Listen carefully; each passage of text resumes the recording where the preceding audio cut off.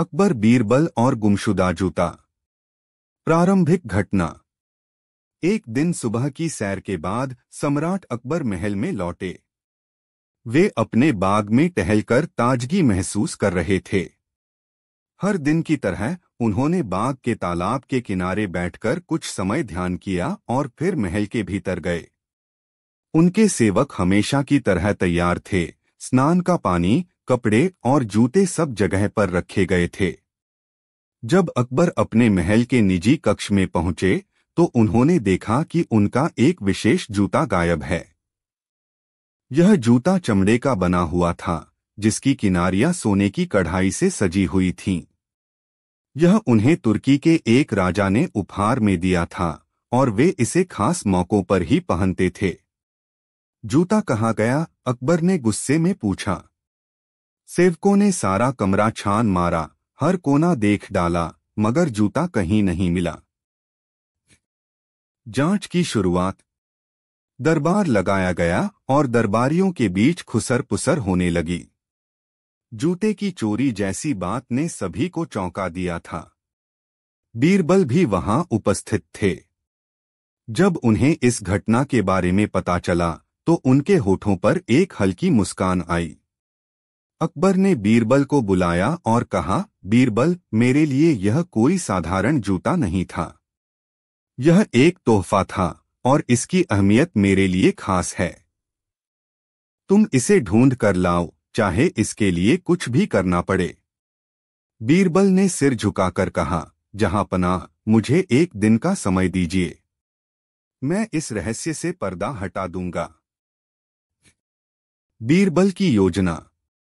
बीरबल ने सबसे पहले महल के उस हिस्से की तलाशी ली जहां अकबर का सामान रखा जाता था। उन्होंने जूतों की अलमारी, खिड़कियां, पर्दों के पीछे, यहां तक कि बिस्तर के नीचे भी देखा, लेकिन जूता कहीं नहीं मिला। बीरबल को समझ आ गया कि यह काम किसी बाहरी चोर का नहीं है। यह काम महल के भीतर किसी अपने का है। अब उन्होंने महल के सेवकों से पूछताछ शुरू की। उस दिन ड्यूटी पर कौन था? किसने अकबर के जूते रखे? किसने कमरे की सफाई की? हर सेवक ने यही कहा कि उन्होंने जूता अपनी जगह पर रखा था। तब बीरबल ने एक योजना बनाई। जादुई कलम का प्रयोग। बीरबल ने एक बड़ी घोषणा की, सम्राट अकबर का जूता गायब हुआ है। मैं इस जादुई कलम से चोर को ढूंढ निकालूंगा। इस कलम में विशेष शक्तियां हैं। जो भी चोर होगा, जब वह इसे छुएगा, उसकी हथेली पर काला दाग पड़ जाएगा। दरबार में यह सुनकर हलचल मच गई। बीरबल ने सभी सेवकों और संदिग्ध लोगों को एक कतार में खड़ा किया और एक एक को वह कलम छूने को कहा। हर कोई कलम को छूता गया और अंत में बीरबल ने सबकी हथेलियां देखीं। फिर उन्होंने एक सेवक की तरफ इशारा करते हुए कहा, यही चोर है। सेवक हक्का बक्का रह गया। नहीं नहीं हुजूर, मैं निर्दोष हूं। बीरबल मुस्कराए। जब सबने कलम छुई, उनकी हथेलियों पर स्याही लगी, क्योंकि वह सच में जादुई नहीं थी, बस उसमें थोड़ा काजल लगा था। लेकिन तुमने डर के कारण उसे ठीक से छुआ ही नहीं। तुम्हारी हथेली साफ है और यह सिद्ध करता है कि तुमने चोरी की है। सेवक घबरा गया और रो पड़ा, हुजूर, माफ कर दीजिए। मैं बस उसे पहनकर देख रहा था। जब अचानक सम्राट लौट आए। डर के कारण मैंने जूता बाग में एक झाड़ी के पीछे छुपा दिया था। मैं उसे वापस रखना चाहता था, लेकिन मौका नहीं मिला। जूते की बरामदगी। बीरबल और कुछ सिपाही तुरंत बाग की ओर भागे। झाड़ी के पीछे थोड़ी खुदाई की गई और वाकई वहां वह चमचमाता जूता मिला। अकबर को जब यह सूचना दी गई तो पहले तो उन्होंने गुस्से में सेवक को कठोर सजा देने की बात कही, लेकिन फिर बीरबल ने कहा, जहांपनाह, उसने इसे चुराया नहीं, केवल देखा और फिर डर गया। यदि अनुमति दें तो इसे एक सीख मानकर माफ कर देना बेहतर होगा। अकबर ने कुछ क्षण सोचा और फिर सिर हिलाया। उन्होंने सेवक को चेतावनी दी और छोड़ दिया। अकबर का प्रशंसा पत्र। अकबर ने दरबार में बीरबल की प्रशंसा की और कहा, बीरबल, तुम्हारी बुद्धिमत्ता ने एक बार फिर साबित कर दिया कि कोई भी रहस्य तुमसे नहीं छुप सकता। बीरबल ने विनम्रता से कहा, जहांपनाह, सच्चाई की राह बस थोड़ी सतर्कता और समझदारी मांगती है। अकबर ने उन्हें एक सोने की अंगूठी भेंट की और कहा, आज का दिन बीरबल के नाम। दरबार तालियों की गड़गड़ाहट से गूंज उठा। निष्कर्ष, यह घटना न केवल बीरबल की चतुराई का प्रमाण है, बल्कि यह भी दर्शाती है कि सत्य का मार्ग चाहे कठिन हो, लेकिन बुद्धिमानी और धैर्य से हर समस्या का समाधान संभव है। बीरबल ने एक मामूली चोरी को भी एक अवसर में बदल दिया, सिखाया कि डर में छुपना समाधान नहीं, बल्कि समस्या की जड़ है। अकबर और बीरबल की यह कथा आज भी यही सिखाती है, बुद्धि, साहस और सत्य की शक्ति अपार होती है। अकबर बीरबल और अनोखी परीक्षा। एक नीति हाजिर जवाबी और चतुराई से भरी दीर्घ कथा। प्रस्तावना। अकबर और बीरबल की कहानियां भारतीय लोक साहित्य का अनमोल हिस्सा हैं। इन कथाओं में केवल चुटीली बुद्धिमत्ता नहीं होती, बल्कि नीति, न्याय और व्यावहारिक समझदारी की मिसालें भी छिपी होती हैं। प्रस्तुत है एक ऐसी ही कहानी जिसमें बीरबल को एक ऐसी चुनौती का सामना करना पड़ता है जो उसकी सूझबूझ, मानव प्रकृति की समझ और अद्वितीय तर्कशक्ति को कसौटी पर रखती है। अध्याय 1, बादशाह का प्रश्न। एक बार सम्राट अकबर ने अपने दरबार में अचानक एक प्रश्न उठाया। वह उन दिनों कुछ ज्यादा ही गहराई से सोच विचार में डूबे रहते थे। उनके चेहरे पर गंभीरता का भाव था। दरबार सजा हुआ था। मंत्री, सेनापति, राजकवि, ज्योतिषी और बीरबल अपने स्थान पर विराजमान थे। अकबर ने कहा, बीरबल, मैं कई दिनों से एक विचार से परेशान हूं। मुझे यह जानना है कि मनुष्य सबसे ज्यादा स्वार्थी कब होता है और सबसे ईमानदार कब होता है। क्या यह तय किया जा सकता है? बीरबल ने मुस्कराकर जवाब दिया, जहांपनाह, यह प्रश्न गूढ़ अवश्य है, पर असंभव नहीं। इसकी व्याख्या व्यवहार से ही की जा सकती है। अकबर बोले, तो ठीक है। मैं चाहता हूं कि तुम मुझे यह प्रमाण के साथ समझाओ, एक ऐसी परीक्षा के माध्यम से जो यह सिद्ध कर दे कि व्यक्ति परिस्थिति के अनुसार बदलता है। बीरबल ने सिर झुकाया, मैं 7 दिन का समय चाहता हूं, हुजूर। अध्याय 2, योजना का प्रारंभ। बीरबल ने 7 दिनों तक कोई विशेष हलचल नहीं दिखाई। वह सामान्य दिनों की तरह दरबार में आते और चले जाते, लेकिन अंदर ही अंदर वह एक ऐसी योजना बना रहे थे जो सम्राट को उत्तर भी दे और समाज को एक आईना भी दिखाए। 7वें दिन उन्होंने सम्राट से कहा, जहांपनाह, मैं तैयार हूं। यदि आज्ञा हो तो परीक्षा प्रारंभ की जाए। अकबर ने सहमति दी। बीरबल ने महल के पास एक खाली मैदान में एक बड़ा घड़ा रखवाया। उस घड़े के ऊपर एक तख्ती टांगी गई जिस पर लिखा था, जो व्यक्ति इस घड़े में दूध भरेगा उसका पुण्य होगा। इसके साथ ही एक और पंक्ति लिखी गई, कृपया रात के अंधेरे में अपना योगदान दें, किसी की पहचान नहीं की जाएगी। फिर बीरबल ने घोषणा करवाई कि प्रत्येक नगरवासी को केवल 1 लोटा दूध उस घड़े में डालना है। कोई पूछताछ नहीं होगी, कोई नाम नहीं लिया जाएगा। अध्याय 3, रात का रहस्य। रात होते ही नगर के लोग धीरे धीरे घड़े की ओर आने लगे। कुछ ने सचमुच दूध डाला, पर कुछ सोचने लगे, अगर मैं 1 लोटा पानी डाल दूंगा तो क्या फर्क पड़ेगा? इतने सारे लोग दूध डालेंगे, मेरा पानी कौन पहचान पाएगा? ऐसी सोच रखने वाले लोगों की संख्या धीरे धीरे बढ़ती गई। कुछ ने आधा दूध और आधा पानी मिलाया, कुछ ने केवल पानी ही डाला। उन्होंने सोचा कि इस पुण्य के कार्य को दूसरों के भरोसे छोड़ा जा सकता है। सुबह जब बीरबल ने घड़ा खोला तो वह चौंकाने वाला दृश्य था। घड़ा पूरा पानी से भरा हुआ था, एक बूंद भी दूध नहीं। अध्याय 4 दरबार में प्रस्तुति। बीरबल ने यह समाचार सम्राट को दिया। अकबर बोले, क्या पूरे नगर में एक भी ऐसा व्यक्ति नहीं मिला जिसने दूध डाला हो? बीरबल बोले, जहांपनाह, यही उत्तर है आपके प्रश्न का। मनुष्य तब सबसे अधिक स्वार्थी होता है जब उसे लगता है कि उसके कार्य की पहचान नहीं होगी और जिम्मेदारी सामूहिक है। अकबर ने गंभीर होकर कहा, और ईमानदारी? बीरबल मुस्कराए। उसी नगर में एक और घड़ा भी रखा गया था, लेकिन उस पर लिखा था, जो व्यक्ति इसमें दूध डालेगा उसका नाम सम्राट को भेजा जाएगा और उसे पुरस्कार मिलेगा। वह घड़ा दूध से भर गया। अकबर ने हैरानी से कहा, तो तुमने 2 घड़े रखवाए थे? बीरबल बोले, जी हां। एक में स्वार्थ को परखा और दूसरे में प्रलोभन को। जहां इनाम था वहां लोग ईमानदार बन गए। अध्याय 5 अकबर की परीक्षा।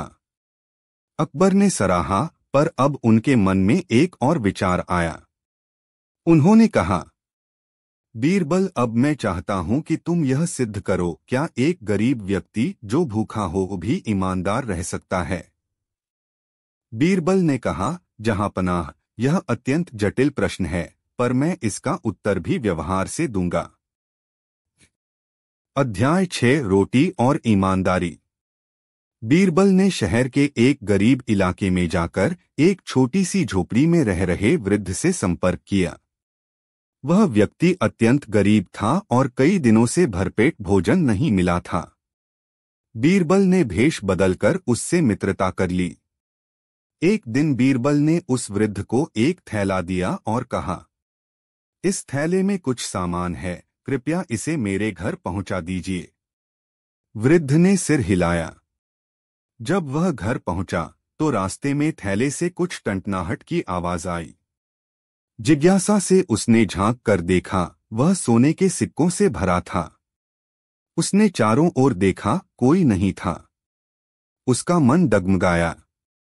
क्या यह स्वर्ग का अवसर है? पर वह रुका और बोला, नहीं, यह मेरा नहीं है। वह बीरबल के घर पहुंचा और थैला उन्हें सौंप दिया।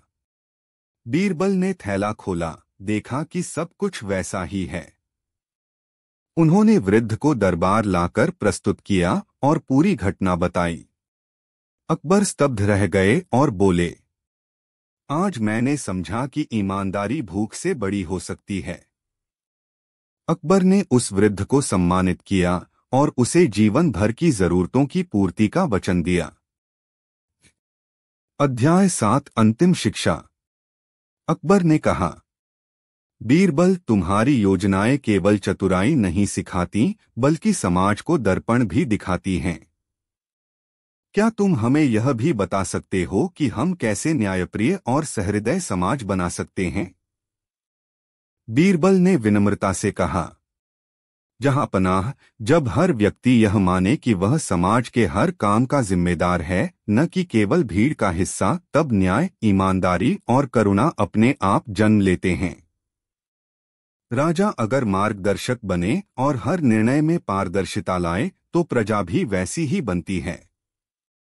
अकबर ने मुस्कराकर कहा, बीरबल, तुम्हारा मन और बुद्धि दोनों ही बेशकीमती हैं। निष्कर्ष। इस कथा में बीरबल ने न केवल सवालों का उत्तर दिया बल्कि समाज की जटिलताओं को भी उजागर किया। उन्होंने यह सिद्ध किया कि मनुष्य की प्रवृत्ति अवसर, डर और लाभ से प्रभावित होती है, लेकिन यदि नैतिकता का बीज बोया जाए तो वह हर परिस्थिति में पनप सकता है। अकबर और बीरबल की यह कहानी केवल एक बादशाह और उसके सलाहकार की नहीं, बल्कि उस युग के समाज की सोच का आईना है जो आज भी उतनी ही प्रासंगिक है। अकबर, बीरबल और 3 सवालों की चुनौती। एक शिक्षाप्रद दीर्घ कथा। प्रस्तावना। बादशाह अकबर का दरबार न केवल अपनी भव्यता, सैनिक शक्ति और कला के लिए प्रसिद्ध था, बल्कि वहां की बुद्धिमत्ता की चर्चा दूर दूर तक होती थी। और इसका सबसे बड़ा कारण थे बीरबल। बीरबल की हाजिर जवाबी, सटीक तर्क और मानवीय समझदारी इतनी मशहूर थी कि पड़ोसी राज्यों के राजा भी उससे चिढ़ते और जलते थे। यह कहानी ऐसे ही एक राजा की है जिसने बीरबल की प्रतिष्ठा को चुनौती देने का प्रयास किया और उसे 3 कठिन सवालों की गुत्थी सुलझाने को कहा। पर बीरबल तो बीरबल थे। अध्याय 1, पड़ोसी राज्य की जलन। एक बार पड़ोसी राज्य मालवा के महाराज सुजान सिंह ने अकबर की सभा के बारे में सुना। जब उन्हें बताया गया कि वहां का मंत्री बीरबल इतना चतुर है कि हर समस्या को हल कर देता है, तो वे मुस्कराए, हम भी देखें कि बीरबल क्या चीज है। उन्होंने 3 बेहद कठिन और पेचीदा सवालों की एक सूची बनाई और दिल्ली दरबार में एक दूत भेजा। यह चुनौती सीधी बीरबल को दी गई थी। शर्त रखी गई कि यदि बीरबल उत्तर न दे सके तो अकबर को अपने सिंहासन से 1 दिन के लिए त्याग करना होगा, और यदि बीरबल उत्तर दे दें तो सुजान सिंह उन्हें सम्मानपूर्वक स्वर्णमुकुट भेजेंगे। अकबर को यह चुनौती थोड़ी अपमानजनक लगी, पर बीरबल मुस्कराए। जहां पनाह प्रश्न कठिन हो सकते हैं, पर सत्य और तर्क कठिनाई से नहीं डरते। अध्याय 2, 3 सवाल।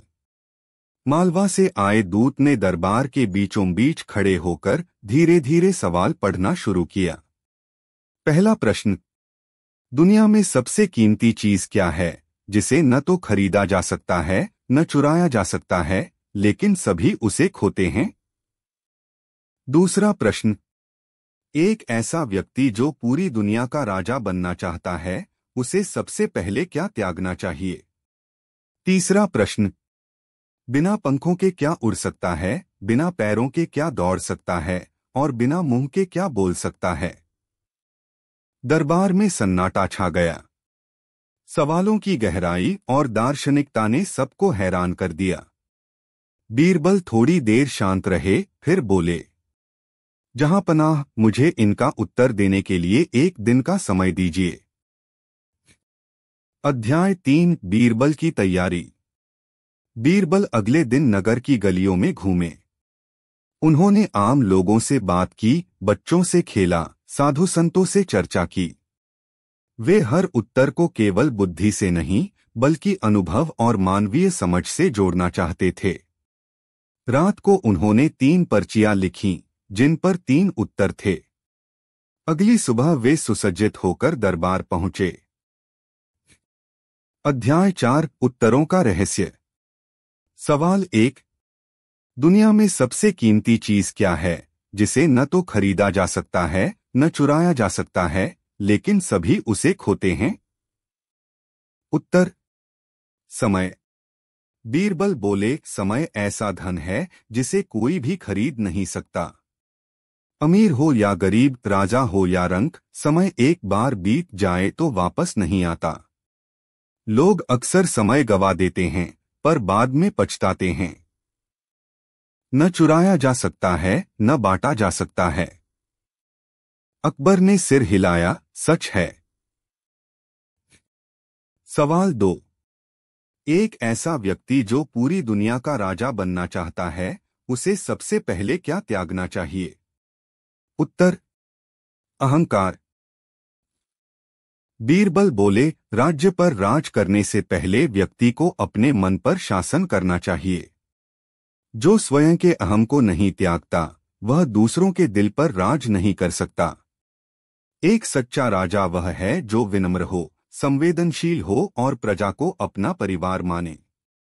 दरबारियों ने सहमति में सिर हिलाया। सवाल 3, बिना पंखों के क्या उड़ सकता है, बिना पैरों के क्या दौड़ सकता है और बिना मुंह के क्या बोल सकता है? उत्तर, विचार। बीरबल मुस्कुराकर बोले, विचार बिना पंख के उड़ते हैं, कल्पनाओं में, लोगों के मन में। वे बिना पैरों के दौड़ते हैं, एक मन से दूसरे मन में, और बिना मुंह के बोलते हैं, किताबों में, लेखों में, चेहरों पर। विचार अमर हैं। अकबर ने खड़े होकर तालियां बजाईं। दरबार में जयघोष हुआ, बीरबल की जय।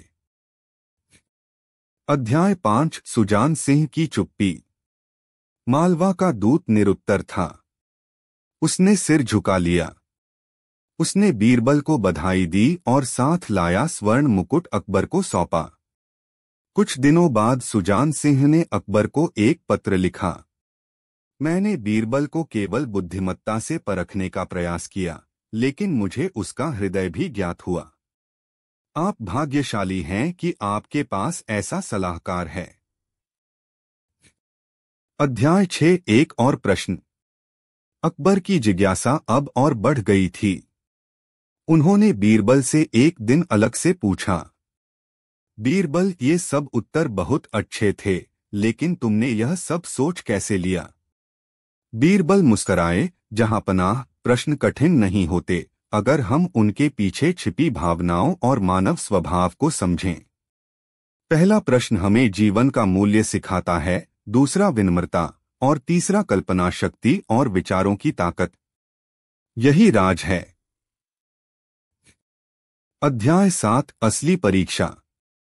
लेकिन बीरबल की असली परीक्षा तब शुरू हुई जब कुछ दरबारियों को जलन हुई।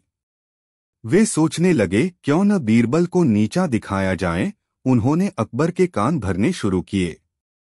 जहांपनाह, बीरबल केवल शब्दों का खेल खेलता है। असल दुनिया के कामों में क्या वह सफल होगा? अकबर भी सोच में पड़ गए। उन्होंने बीरबल को बुलाया और कहा, बीरबल, मैं चाहता हूं कि तुम 7 दिनों के भीतर नगर में ऐसी व्यवस्था बनाओ कि गरीब भूखा न सोए और कोई अमीर टैक्स से बच न सके। बीरबल समझ गए, अब उन्हें शासन प्रबंधन में अपनी योग्यता दिखानी होगी। अध्याय 8 बीरबल का लोक प्रबंधन। बीरबल ने अगले दिन से काम शुरू किया। उन्होंने सबसे पहले नगर को 4 भागों में बांटा और हर भाग में एक जन संवाद चौकी स्थापित की। वहां आम लोग आकर शिकायत कर सकते थे।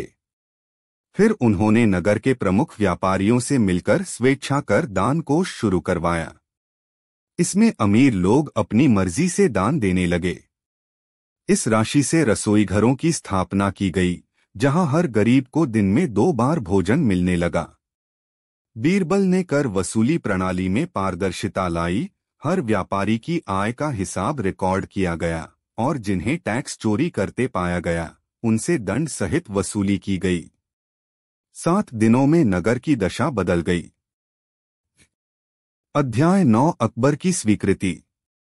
अकबर स्वयं वेश बदलकर नगर के विभिन्न हिस्सों में गए। उन्होंने देखा कोई भूखा नहीं और लोग खुले मन से टैक्स भर रहे हैं। वापस आकर उन्होंने बीरबल को गले लगाया। आज तुमने न केवल सवालों के उत्तर दिए, बल्कि शासन की सच्ची रीढ़ भी बन गए। बीरबल ने उत्तर दिया, जहांपनाह, प्रश्न उत्तर से नहीं, व्यवस्था से हल होते हैं। नीति, भाव और न्याय, यही असली मंत्र हैं।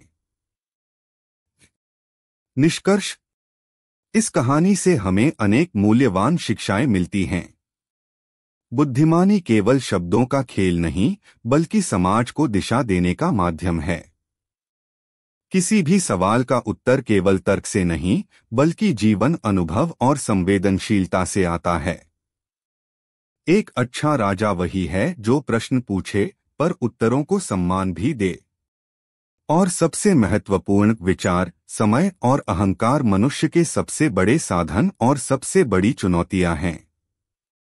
अकबर और बीरबल की यह कथा केवल मनोरंजन नहीं, बल्कि आज के नेताओं और आम नागरिकों के लिए मार्गदर्शन का स्रोत है। कहानी का शीर्षक, अकबर, बीरबल और 100 साल की सजा। बादशाह अकबर का दरबार न केवल उसकी शक्ति और प्रशासन के लिए प्रसिद्ध था, बल्कि उसकी न्यायप्रियता और बुद्धिमानों के सम्मान के लिए भी जाना जाता था। इस दरबार का सबसे चमकता सितारा था बीरबल। बीरबल केवल बादशाह का सलाहकार ही नहीं, बल्कि मित्र, मार्गदर्शक और कभी-कभी व्यंग्य से सच कहने वाला व्यक्ति था। एक बार दिल्ली की सर्दी में एक विचित्र घटना घटी, जिसने पूरे राज्य को हिलाकर रख दिया। एक मामूली चोरी का मामला धीरे धीरे इतना जटिल हो गया कि खुद अकबर भी उलझन में पड़ गए। लेकिन बीरबल ने फिर वही किया जो वह सबसे अच्छा करता था, सच को सामने लाना, चाहे वह जितना भी गहरा दबा हो। अध्याय 1। वह ठंडी रात और एक चीख। यह दिसंबर की एक अत्यंत सर्द रात थी। पूरा शहर गर्म कंबलों और अंगीठियों में छिपा हुआ था। मगर उसी रात महल के पास वाले इलाके में एक जोरदार चीख सुनाई दी, चोर, चोर। सैनिक दौड़ते हुए पहुंचे और देखा कि काजी रहमान का नौकर ज़ीर ज़मीन पर बैठा कांप रहा था। उसकी झोपड़ी का दरवाजा टूटा था और अंदर रखी संदूक गायब थी। काजी रहमान शहर का एक प्रभावशाली व्यक्ति था। मामला सुबह होते ही अकबर तक पहुंच गया। अध्याय 2। रहमान की गुहार। काजी रहमान ने दरबार में पेश होकर कहा, जहां पनाह, उस संदूक में मेरे जीवन की कमाई थी। 100 मोहरें, कुछ कीमती दस्तावेज और मेरी पत्नी के जेवर थे। कृपया मुझे न्याय दिलाइए। अकबर ने सैनिकों को आदेश दिया कि सख्ती से जांच करें। अगले ही दिन एक गरीब बढ़ी को गिरफ्तार कर लिया गया, रफीक। सैनिकों ने कहा कि उसके घर से संदूक के टूटे टुकड़े और कुछ सिक्के मिले हैं। रफीक को दरबार में पेश किया गया। अध्याय 3। रफीक की गवाही। रफीक फटे हुए कपड़ों में कांपता हुआ बोला, हुजूर, मैं निर्दोष हूं। वो संदूक के टुकड़े मुझे पास के नाले में पड़े मिले थे। मैं उन्हें जलाने के लिए उठा लाया था। और वो सिक्के, वो मेरे बेटे की शादी के लिए थे, जो मैंने महीनों मजदूरी करके जमा किए थे। अकबर को उसकी बातों पर थोड़ा शक हुआ, पर प्रमाण रफीक के खिलाफ थे। दरबारियों ने सलाह दी, जहां पनाह, यह व्यक्ति गरीब है, लेकिन चोरी करना कोई गरीब होने का प्रमाण नहीं। यह सजा के योग्य है। अकबर ने गुस्से में आकर कहा, रफीक, तुम्हारे अपराध को देखते हुए तुम्हें 100 साल की कैद की सजा दी जाती है। पूरा दरबार स्तब्ध रह गया। 100 साल। अध्याय 4। बीरबल की आपत्ति। बीरबल, जो अब तक शांत बैठा था, खड़ा हुआ।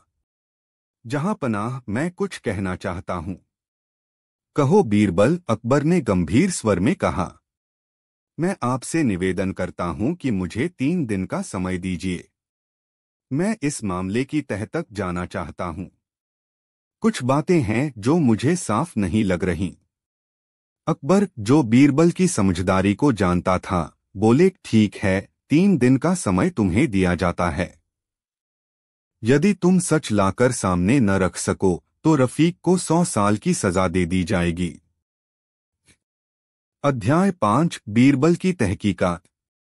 बीरबल ने सबसे पहले ज़हीर से बात की, वह नौकर जिसने चीख लगाई थी। बीरबल ने पूछा, तुमने चोर को देखा था? नहीं हुजूर, मैंने सिर्फ आवाज सुनी और झोपड़ी से बाहर आया तो दरवाजा टूटा हुआ था। तुम कहाँ सो रहे थे? पीछे वाले कमरे में। बीरबल को शक हुआ, झोपड़ी इतनी छोटी थी कि उसमें अलग अलग कमरे होना असंभव था। बीरबल फिर काजी रहमान के पास गए। आपके पास जो दस्तावेज और गहने थे, उनका कोई विवरण है? काजी बोले, नहीं, वह सब मेरी याददाश्त में था। तो आपने कभी उन्हें सूचीबद्ध नहीं किया? नहीं, जरूरत नहीं पड़ी। बीरबल ने सिर हिलाया। फिर वह सैनिकों के पास गए जिन्होंने रफीक को पकड़ा था। उन्होंने बताया कि संदूक के टुकड़े बाजार के पास नाले से मिले थे, लेकिन जब बीरबल वहां गया तो कोई नाला ही नहीं था, वहां तो पक्की सड़क थी। अब बीरबल को यकीन हो चला कि यह कोई बड़ी साजिश है। अध्याय 6 बीरबल का जाल। तीसरे दिन सुबह बीरबल ने दरबार में घोषणा की, जहां पनाह, मुझे आज इस मामले का सच सामने लाना है और इसके लिए मुझे एक योजना पर आपकी अनुमति चाहिए। अकबर ने कहा, तुम्हें पूर्ण स्वतंत्रता है। बीरबल ने सैनिकों से ज़हीर को बुलवाया और कहा, हमने संदूक के कुछ टुकड़ों की जांच की है और उन पर 2 प्रकार की लकड़ी मिली है, एक आम की और दूसरी सागवान की। इस शहर में केवल कुछ ही लोग सागवान की लकड़ी खरीद सकते हैं और उन लोगों में एक नाम है, खुद काजी रहमान। काजी चौंक गया। बीरबल आगे बोले, और हमने यह भी पाया है कि ज़हीर ने झोपड़ी के पीछे एक गड्ढा खुदवाया था, जिसका उद्देश्य संदूक को मिट्टी में छुपाना था। ज़हीर अब पसीना पसीना हो गया। बीरबल बोले, और काजी साहब, आपका नौकर उस रात नशे में था, इसकी पुष्टि उसके पड़ोसियों ने की है। तो जब वह चोर को देख ही नहीं पाया तो चीख किसने लगाई?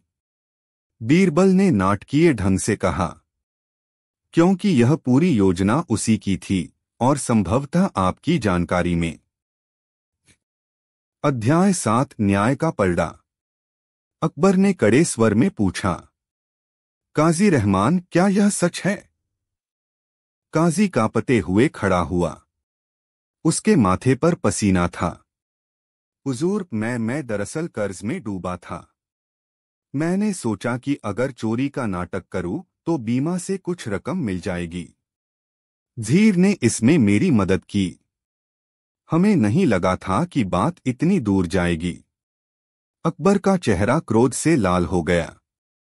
उन्होंने बीरबल की ओर देखा और फिर सैनिकों को आदेश दिया, रफीक को तुरंत रिहा किया जाए। काजी रहमान और ज़हीर को गलत रिपोर्ट, झूठे बयान और निर्दोष पर आरोप लगाने के लिए कारावास में डाल दिया जाए। और अकबर रुककर बोले, इन्हें वही सजा दी जाए जो रफीक को मिलने वाली थी, 100 साल की।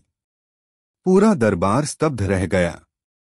बीरबल मुस्कराया और धीरे से बोला, जहां पनाह, अब न्याय पूरा हुआ। अध्याय 8 रफीक का नया जीवन। रफीक को न केवल रिहा किया गया बल्कि अकबर ने उसे एक नई दुकान खोलने के लिए कुछ धन भी दिया। बीरबल ने स्वयं उसकी बेटी की शादी का आयोजन कराया। रफीक अकबर और बीरबल को नम आंखों से देखता रहा और बोला, मैं गरीब हूं, लेकिन आज मैंने जाना कि न्याय धन से नहीं, दिल से होता है। अंतिम अध्याय बीरबल का उत्तर। कुछ दिन बाद अकबर ने बीरबल से पूछा, तुम्हें कैसे विश्वास हुआ कि रफीक निर्दोष है? बीरबल बोला, जहां पनाह, जब कोई दोषी होता है तो डर उसके शब्दों से झलकता है। पर रफीक के पास डर नहीं था, केवल पीड़ा थी। और काजी के पास सिर्फ दिखावा था, न भावना न प्रमाण। अकबर ने मुस्कराकर कहा, बीरबल, न्याय की आंखें बंद होती हैं, पर तुम्हारी आंखें तो सब कुछ देख लेती हैं। निष्कर्ष, यह कहानी केवल चोरी या झूठे आरोपों की नहीं, बल्कि न्याय, बुद्धि और नैतिकता की है। बीरबल ने दिखाया कि सच्चाई चाहे जितनी भी छुपी हो, उसे उजागर करने का तरीका हमेशा तर्क और संवेदना में छिपा होता है। इस कथा से हमें यह सीखने को मिलता है, सच्चाई को कभी भी डराकर दबाया नहीं जा सकता। न्याय केवल कानून से नहीं, बुद्धि और संवेदना से भी होता है। एक सच्चा राजा वही होता है जो अपने मंत्री की बात पर विश्वास करे, लेकिन सवाल पूछना न छोड़े। कहानी का शीर्षक, अकबर, बीरबल और 3 राज। एक रोमांचक व लंबी कथा। प्रस्तावना। मुगल सम्राट अकबर का दरबार अनेक ज्ञानी, योद्धा, काव्यकार और गणितज्ञों से भरा था, परंतु उन सभी में सबसे विलक्षण, सबसे तेज बुद्धि वाला और सबसे प्रिय था बीरबल। वह सिर्फ अकबर का मंत्री नहीं, अपितु उसका सबसे अच्छा मित्र भी था। पर जब एक दिन दरबार में 3 रहस्यमय घटनाएं एक साथ सामने आईं, तो पूरा राजमहल चौंक उठा। यह मामला न केवल दरबार की सुरक्षा से जुड़ा था, बल्कि एक गहरी साजिश की भी बू आ रही थी।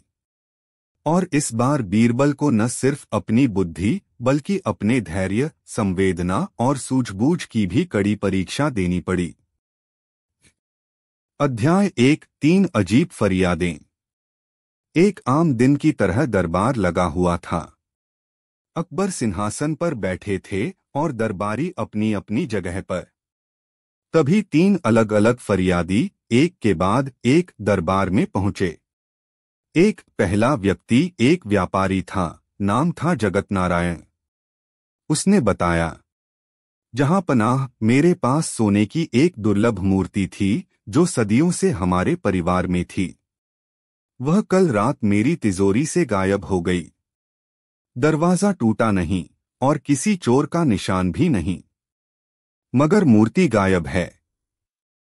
दूसरा व्यक्ति एक सैनिक था, नाम था सलीम खां। उसने कहा, हुजूर, मेरी तलवार जो युद्धों में मेरी साथी रही है, वह मेरी निगरानी में ही अस्तबल से गायब हो गई। कोई चोरी के निशान नहीं, कोई गवाह नहीं, पर तलवार नहीं मिल रही। तीसरा व्यक्ति एक दरबारी कवि था, नाम काशीनाथ। वह बोला, जहां पनाह, मेरी कविता पांडुलिपि, जिस पर मैं वर्षों से काम कर रहा था, वह मेरे कमरे से उड़ गई। दरवाजा अंदर से बंद था। मैं कुछ देर के लिए बाहर गया और लौटते ही पाया कि मेरी सबसे कीमती रचना गायब है। अकबर ने माथा पकड़ लिया। तीनों मामलों में कोई दरवाजा नहीं टूटा, न कोई गवाह, न कोई शक की गुंजाइश। उन्होंने बीरबल की ओर देखा और कहा, अब यह रहस्य तुम्हारे हवाले है बीरबल। सच सामने लाओ, चाहे जितना भी गहरा क्यों न हो। अध्याय 2 बीरबल की पड़ताल शुरू। बीरबल ने तीनों फरियादियों को अलग अलग बुलाकर बारीकी से सवाल जवाब किए। सबसे पहले उसने व्यापारी जगत नारायण से पूछा, मूर्ति कहाँ रखी थी? मेरी निजी तिजोरी में। किस किस को उसकी जानकारी थी? सिर्फ मुझे और मेरे बेटे को। फिर बीरबल सैनिक सलीम खां के पास गया। तलवार कहाँ थी? मेरे अस्तबल के बगल में मेरी चौकी के पास।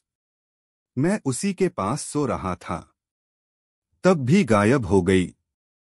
जी हाँ, मेरी आंख लगी थी और जब उठकर देखा तो तलवार नदारद थी। फिर बीरबल कवि काशीनाथ के पास गया। कविता किस विषय पर थी? एक वीर योद्धा और एक विश्वासघाती मित्र की कहानी। क्या किसी ने उसे पढ़ा था? हाँ, मैंने बीते हफ्ते दरबार में एक बार पढ़कर सुनाई थी। अब बीरबल को शक हुआ, कहीं ये घटनाएं जुड़ी हुई तो नहीं।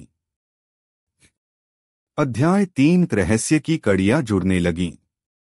बीरबल ने अपने गुप्तचर सलीम को इन तीनों लोगों के पीछे लगाया।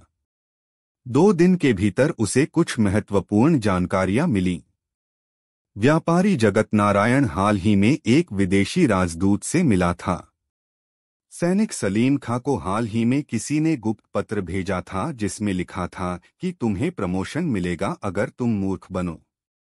कवि काशीनाथ दरबार के एक अन्य कवि इकरामुद्दीन से ईर्ष्या करता था और उसके कुछ पुराने रचनाएं चुराने के आरोप भी लग चुके थे।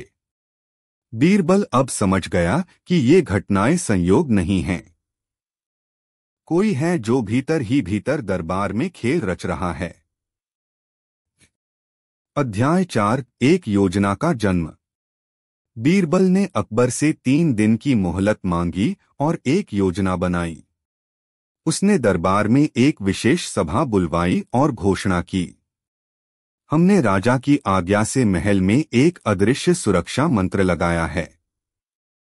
अब जो कोई भी चोरी की वस्तु छुपाएगा, उसकी छाया लाल हो जाएगी।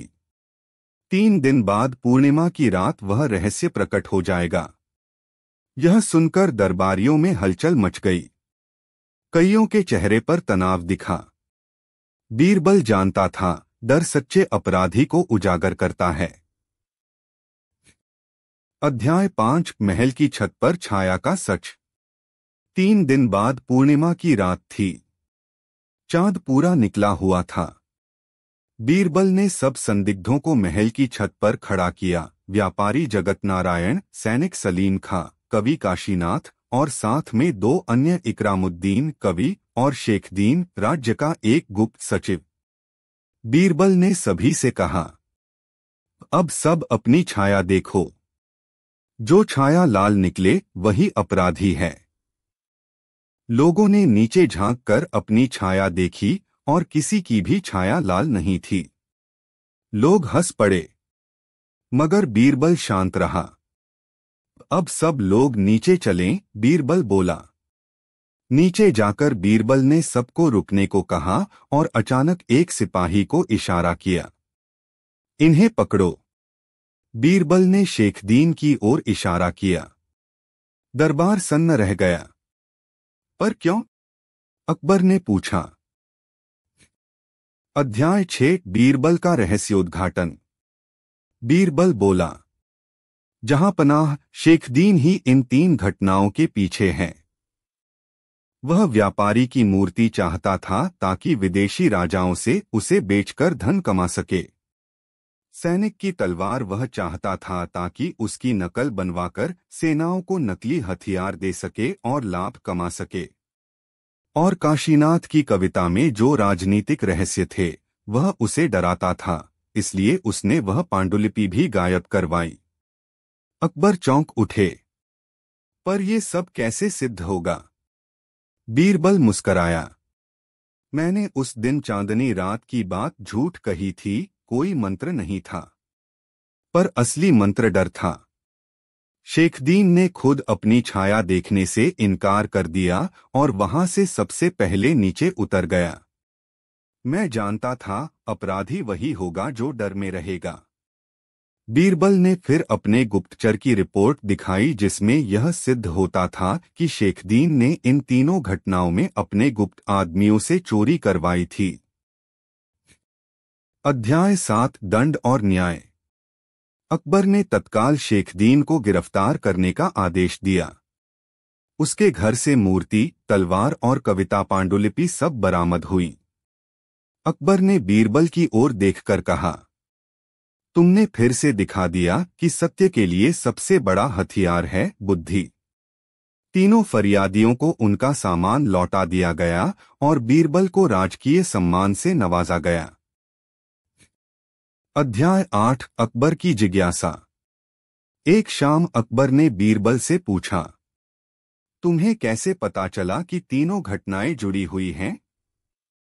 बीरबल बोला, जहां पनाह, तीनों में एक समान बात थी, किसी प्रकार की तोड़फोड़ नहीं और गायब हो जाने की शैली लगभग एक जैसी।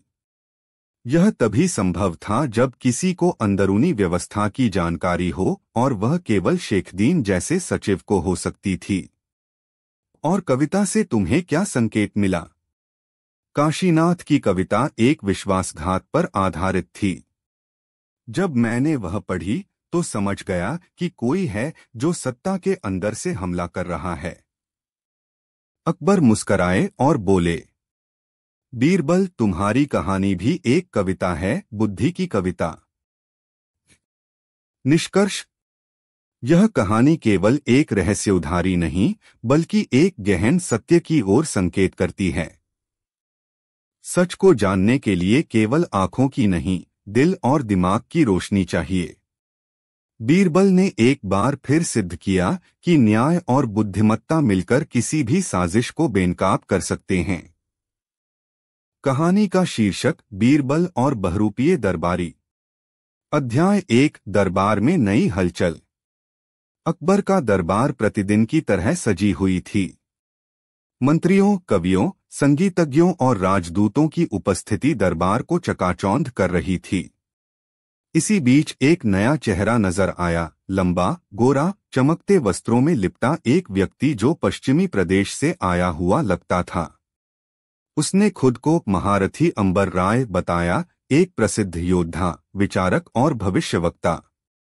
उसने दावा किया कि उसे ग्रह नक्षत्रों और लोगों की सोच पढ़ने का अद्भुत ज्ञान है। लोग उसके विचित्र पहनावे और गूढ़ वाणी से प्रभावित हुए। अकबर ने उसकी बातों को ध्यान से सुना और 2 दिन बाद एक विशेष सभा बुलाने की घोषणा की, जिसमें अंबर राय दरबार के प्रमुख मंत्रियों का भविष्य बताएगा। बीच सभा में बीरबल मुस्कराया, उसे किसी साजिश की गंध महसूस हुई। अध्याय 2 भविष्यवाणी या फरेब। विशेष सभा का दिन आया। पूरा दरबार भरा हुआ था। अंबर राय ने गूढ़ तरीके से सबके नाम और उनके कर्म गिनाए। राजकवि काशीनाथ को आगामी महीनों में कविता से बड़ा पुरस्कार मिलेगा। सेनापति को युद्ध में बड़ी जीत। दरबार में जल्द ही अकाल का संकट आने वाला है। ऐसी कई बातें उसने कही। अकबर प्रभावित होकर बोला, क्या तुम बता सकते हो कि अगले युद्ध में कौन सबसे बहादुर योद्धा सिद्ध होगा? अंबर राय ने मुस्कराकर कहा, जहांपनाह, यह मैं आज रात आपके स्वप्न में प्रकट होकर बताऊंगा। दरबार में तालियां बजीं, पर बीरबल शांत रहा। उसने अंबर राय को ध्यान से देखा। उसकी अंगुलियों में मिट्टी के चिन्ह, जूते के तलवों में पगडंडी की धूल और आंखों में झूठ की आभा थी। अध्याय 3 बीरबल की खोजबीन। बीरबल ने उसी रात अपने विश्वासपात्र सेवक फकीरा को अंबर राय के पीछे लगाया। वह चुपके से उसके कमरे तक पहुंचा और देखा कि वह रात के समय साधारण पोशाक में महल के पिछवाड़े से बाहर गया। फकीरा ने देखा कि अंबर राय, जो दरबार में अत्यधिक सभ्य दिखता था, बाहर जाकर एक पुरानी झोंपड़ी में कुछ साधारण लोगों से मिला। वे लोग कोई भविष्यवक्ता नहीं, बल्कि गांव के नाटक मंडली के कलाकार थे।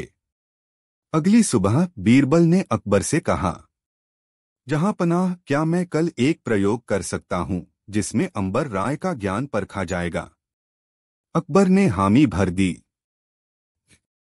अध्याय 4 चतुराई का खेल।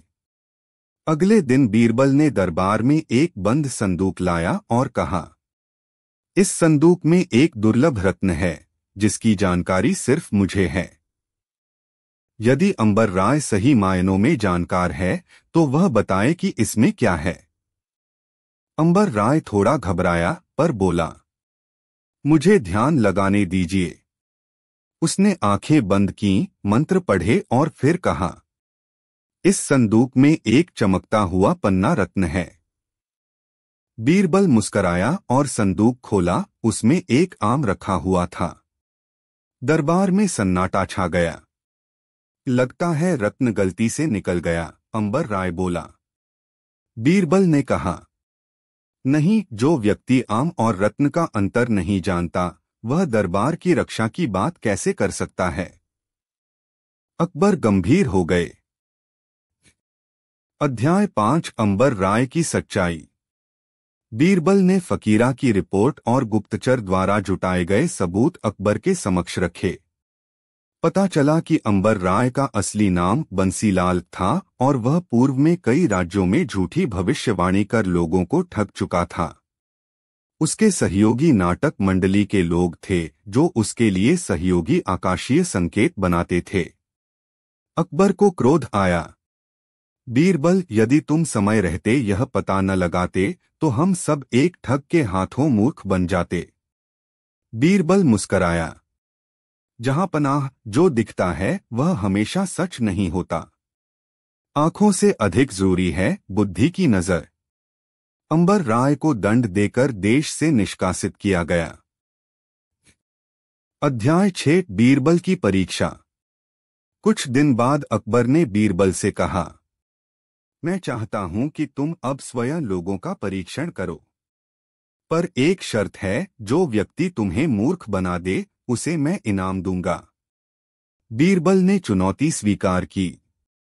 अगले 7 दिनों तक लोग दरबार में अजीबगरीब कहानियां लेकर आए। कोई अपने गायब हुए गधे के पुनर्जन्म की बात करता, कोई अपने सपने में खजाना देखने की। बीरबल हर बार उन्हें तर्क से उत्तर देता। लेकिन 8वें दिन एक अजीब व्यक्ति आया, फटेहाल कपड़ों में, आंखों में जुगनू सी चमक, और बोला, मैं वो व्यक्ति हूँ जो बिना बोले बोल सकता है, बिना चले चल सकता है, बिना देखे देख सकता है। मुझे बताओ मैं कौन हूँ? दरबार में हंसी की लहर दौड़ पड़ी, पर बीरबल गंभीर हुआ। अध्याय 7 रहस्य का हल।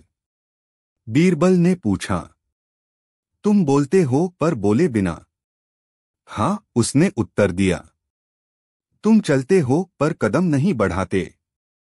बिल्कुल। और तुम देखते हो पर आंखें नहीं खोलते? ठीक समझा। बीरबल ने कुछ देर सोचा और मुस्कराया। तुम एक सपना हो। वह व्यक्ति ठहाका मारकर हंसा। सही पहचाना। मैं तुम्हें मूर्ख नहीं बना पाया। अकबर तालियां बजाने लगे और बोले, बीरबल तुम तो अब विचारों को भी पढ़ लेते हो। अध्याय 8 नया चैलेंज। एक शाम अकबर ने बीरबल से कहा, मान लो अगर कोई तुम्हारी तरह ही चतुर हो और वह दरबार में तुम्हारे ही वेश में आ जाए तो तुम उसे कैसे पहचानोगे? बीरबल बोला, जहां पनाह चतुराई की नकल हो सकती है पर विचारों की गहराई नहीं। अकबर ने मुस्कराकर कहा, तो ठीक है, कल दरबार में एक व्यक्ति तुम्हारे वेश में आएगा। पहचान कर बताओ असली बीरबल कौन है। अध्याय 9 बीरबल बनाम बीरबल। अगले दिन दरबार में 2 बीरबल उपस्थित थे। दोनों का पहनावा, हाव भाव और आवाज एक समान। लोग हैरान थे। दोनों ने गद्य बोलना शुरू किया और दोनों ही समान बुद्धिमत्ता से जवाब दे रहे थे। अकबर ने कहा, अब तुम बताओ इनमें असली बीरबल कौन है? बीरबल असली उठे और बोले, अगर ये भी बीरबल हैं तो इन्हें मेरे जूते पहनने चाहिए, क्योंकि केवल असली बीरबल ही जानता है कि अकबर के साथ खड़ा होना मतलब राजा से कम नहीं है, लेकिन उसके सामने जूते रखना भी मेरी विनम्रता है। दूसरा बीरबल सकुचाया। वह जूते नहीं पहन सका। बीरबल मुस्कराया। यह नकलची है क्योंकि इसके पास बीरबल की विनम्रता नहीं, सिर्फ वेशभूषा है। अकबर हंस पड़े। बीरबल तुम शब्दों से नहीं, अपने गुणों से पहचाने जाते हो। निष्कर्ष, इस कहानी ने यह सिद्ध कर दिया कि बीरबल सिर्फ बुद्धि से नहीं, अपने चरित्र, विनम्रता और तीव्र दृष्टिकोण से भी महान था। उसने एक बहरूपीय, ठग, चालाक प्रतिद्वंद्वी और नकलची का भी सामना किया, पर हर बार विजयी रहा। अकबर ने कहा, बीरबल तू अकेला नहीं बोलता, तेरी बुद्धि खुद बोलती है। यदि आपको यह कहानी पसंद आई हो तो बताइए अगली कहानी किस विषय पर हो। कहानी का शीर्षक बीरबल और खोया हुआ न्याय। एक लंबी और गंभीर कहानी। अध्याय 1 न्याय की पुकार। सूरज की किरणें जब लाल किले की ऊंचाई को चूम रही थीं, तभी एक बूढ़ा किसान दरबार के द्वार पर आया। उसका नाम माधो था। झुकी हुई पीठ, आंखों में थकावट, लेकिन स्वर में ऐसा संकल्प था जो किसी सेनापति के आत्मविश्वास को चुनौती दे सकता था। सेनापति ने पूछा, क्या काम है? माधो ने कहा, मैं बादशाह सलामत से मिलना चाहता हूं। न्याय की गुहार है।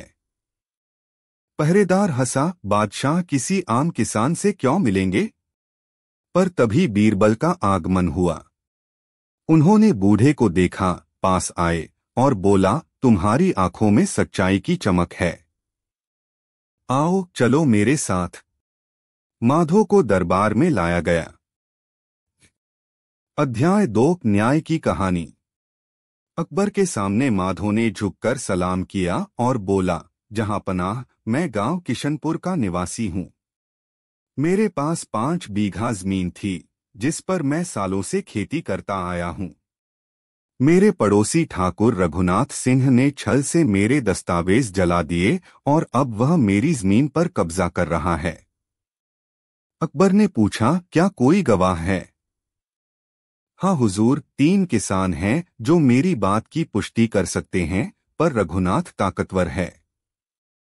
वे डरते हैं, माधो बोला।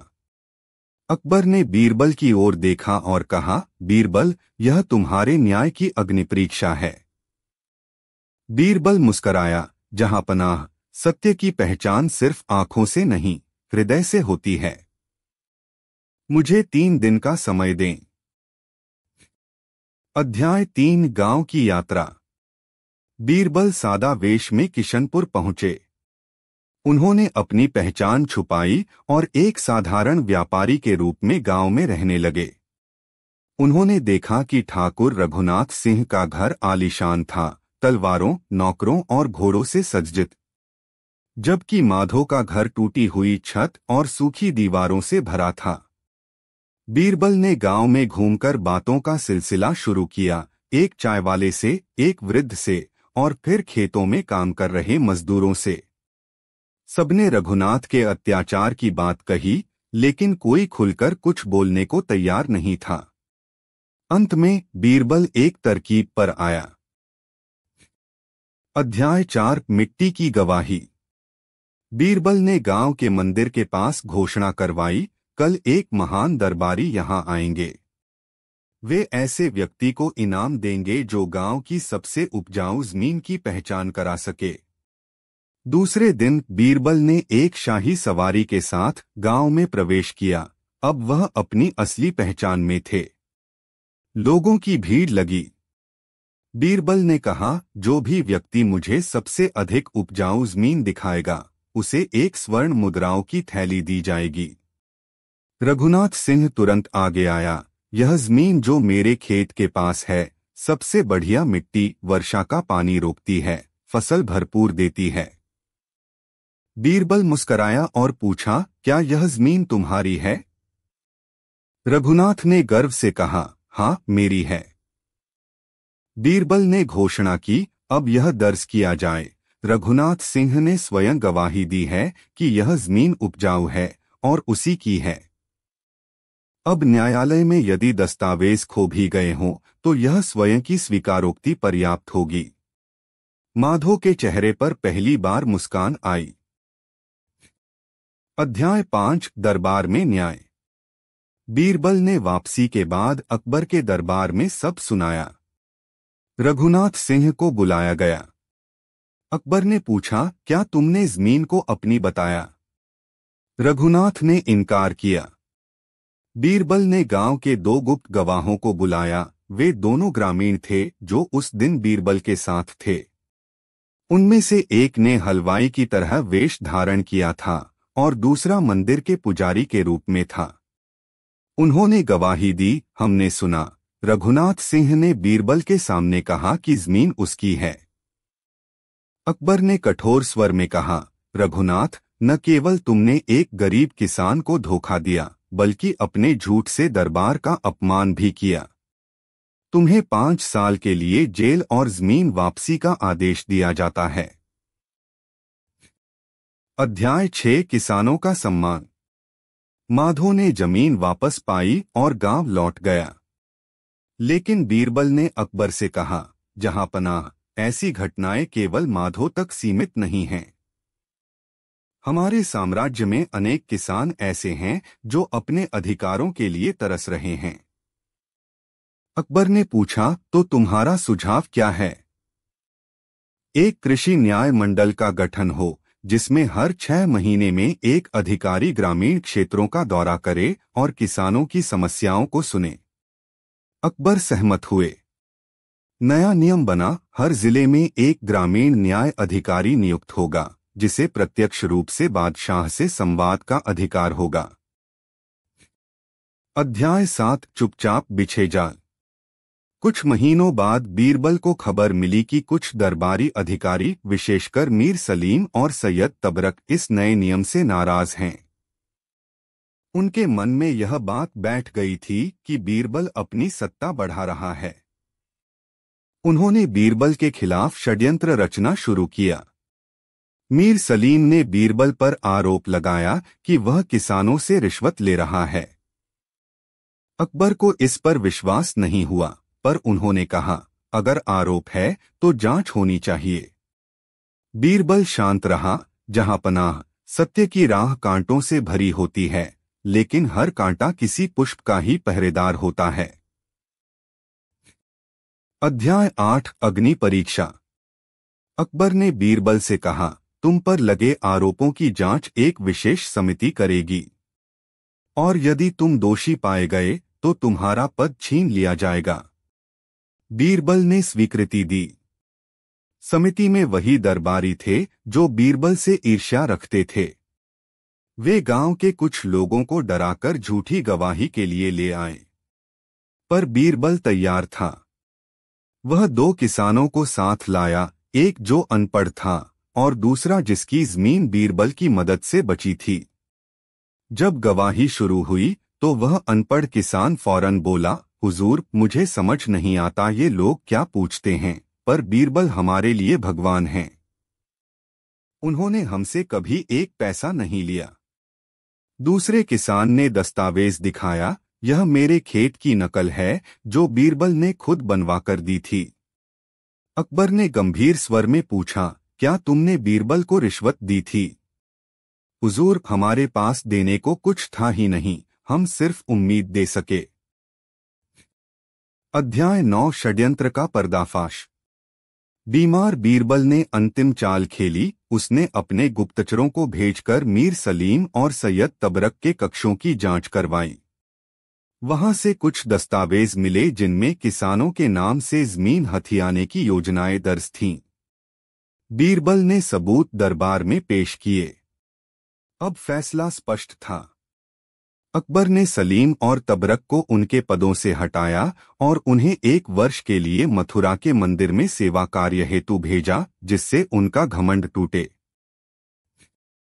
अध्याय 10 सच्चे न्याय का गौरव। बीरबल पुनः विजयी हुआ। न केवल आरोपों से मुक्त हुआ, बल्कि सम्राट का और अधिक विश्वास अर्जित कर गया। अकबर ने कहा, बीरबल, तुम्हारा नाम न्याय का पर्याय बन चुका है। अब से हर राज्य में न्यायालय के द्वार पर तुम्हारा वचन उकेरा जाएगा। जहां मनुष्य डर के कारण मौन हो, वहां न्याय को स्वर दो। समाप्ति और संदेश। इस कहानी से यह सिद्ध होता है कि केवल न्याय की बात करना पर्याप्त नहीं, बल्कि उसे स्थापित करना, संरक्षित करना और सत्य के लिए खड़े होना ही सच्चा कार्य है। बीरबल ने दिखा दिया कि न्याय केवल सिंहासन का विषय नहीं, जन जन का अधिकार है। एक समय की बात है जब मुगल सम्राट अकबर का दरबार हर रोज न्याय, कला, ज्ञान और हास्य से गूंजता था। उस दरबार का सबसे अनमोल रत्न था बीरबल। उसकी चतुराई की कहानियां दिल्ली से लेकर काबुल तक प्रसिद्ध थीं। लेकिन एक दिन एक ऐसी घटना हुई जिसने पूरे दरबार को हिला दिया। अध्याय 1 सोने की ईंट। सुबह का समय था। दरबार की कार्रवाई शुरू होने वाली थी, तभी महल के बाहर शोर मच गया। 2 व्यक्ति, एक अमीर व्यापारी और एक निर्धन सुनार, एक दूसरे को दोष देते हुए दरबार की ओर बढ़ रहे थे। द्वारपाल उन्हें भीतर ले आया। व्यापारी का नाम था सेठ धर्मदास और सुनार का नाम हरिदास था। धर्मदास क्रोध में चिल्लाया, जहांपना, इस धोखेबाज सुनार ने मेरी सोने की ईंट चुरा ली है। हरिदास कांपते स्वर में बोला, मैं निर्दोष हूं, जहांपना। मैं तो बस उसकी ईंट को परखने के लिए एक दिन अपने पास ले गया था और अगली सुबह वह गायब थी। अकबर ने पूछा, क्या कोई और गवाह है? धर्मदास बोला, बस यही आदमी जानता है कि ईंट मेरे पास थी। मेरे घर में कोई नहीं आता। बीरबल ध्यान से सुन रहा था। अध्याय 2 बीरबल की पहली चाल। अकबर ने बीरबल की ओर देखा और बोला, बीरबल, यह मामला तुम्हारे सुपुर्द करता हूं। न्याय करना है। बीरबल ने दोनों को देखा और पूछा, सेठ जी, उस ईंट का वजन कितना था? 1 किलो, पूरी सोने की थी, कीमत 50,000 मुहरें। बीरबल मुस्कराया, अद्भुत। अब मैं चाहता हूं कि तुम दोनों कल सुबह तक यहीं रहो, किसी से संपर्क न करो। ईंट की सच्चाई सामने आएगी। बीरबल ने दरबार के 2 भरोसेमंद सैनिकों को बुलाया और आदेश दिया, इन दोनों की निगरानी करो। इन्हें महल के 2 अलग-अलग कक्षों में रखा जाए। अध्याय 3 राजसी चाल। रात को बीरबल ने महल के कारीगर को बुलाकर बिल्कुल वैसी ही नकली ईंट बनवाई, जो देखने में बिल्कुल सोने की जैसी लगती थी, लेकिन असल में वह पीतल से बनी थी। सुबह वह ईंट लेकर आया और दोनों पक्षों के सामने रखा। धर्मदास जी, बीरबल ने कहा, क्या यह वही ईंट है? धर्मदास की आंखों में चमक आ गई। हाँ, यही है मेरी ईंट। हरिदास चौंक गया, पर यह कैसे हो सकता है? मैं तो इसे कहीं नहीं ले गया। बीरबल ने मुस्कराते हुए कहा, यह ईंट तो नकली है। अगर तुम सच्चे हो सेठ जी, तो नकली ईंट को देखकर इतनी जल्दी पहचान नहीं सकते थे। इससे साबित होता है कि तुम झूठ बोल रहे हो। अकबर ने आंखें बड़ी की, क्या मतलब? बीरबल बोला, सेठ धर्मदास की मंशा यह थी कि हरिदास को फंसाकर असली ईंट खुद छुपा ले और बदले में राजदरबार से मुआवजा भी ले ले। लेकिन वह नकली ईंट को पहचान नहीं पाया। अध्याय 4 सेठ की चाल उल्टी। अब धर्मदास घबरा गया। उसकी पसीने से भीगी पेशानी और कांपती आवाज ने साफ कर दिया कि बीरबल की बात में दम था। बीरबल ने गार्ड को इशारा किया, सेठ धर्मदास के घर की तलाशी ली जाए। कुछ ही देर में सिपाही लौटे और उनके हाथ में थी एक असली सोने की ईंट, जो सेठ के पिछवाड़े बने कुएं की दीवार में छुपाकर रखी गई थी। अकबर ने क्रोधित स्वर में कहा, धोखेबाज व्यापारी, तुमने एक ईमानदार कारीगर को फंसाने की कोशिश की। तुम्हें 1 वर्ष के कारावास और ईंट जब्त करने का आदेश दिया जाता है। हरिदास की आंखों में आंसू थे। जहां पनाह, बीरबल ने मेरी इज्जत बचा ली। अध्याय 5 न्याय का संदेश। बीरबल ने कहा, जहां सच्चाई गूंगी हो, वहां न्याय अंधा हो जाता है। पर थोड़ा सा धैर्य और थोड़ी सी चतुराई अंधकार में भी रोशनी का रास्ता बना सकती है। अकबर मुस्कराए, बीरबल, तुम न होते तो दरबार में सच्चाई कभी प्रकट न होती। अंतिम संदेश। यह कहानी हमें यह सिखाती है कि सिर्फ सच बोलना पर्याप्त नहीं, बल्कि कभी कभी सत्य को उजागर करने के लिए बुद्धि और धैर्य का प्रयोग आवश्यक होता है। बीरबल जैसे व्यक्ति की उपस्थिति समाज में इसलिए जरूरी है ताकि निर्दोष को न्याय मिल सके और दोषी को दंड।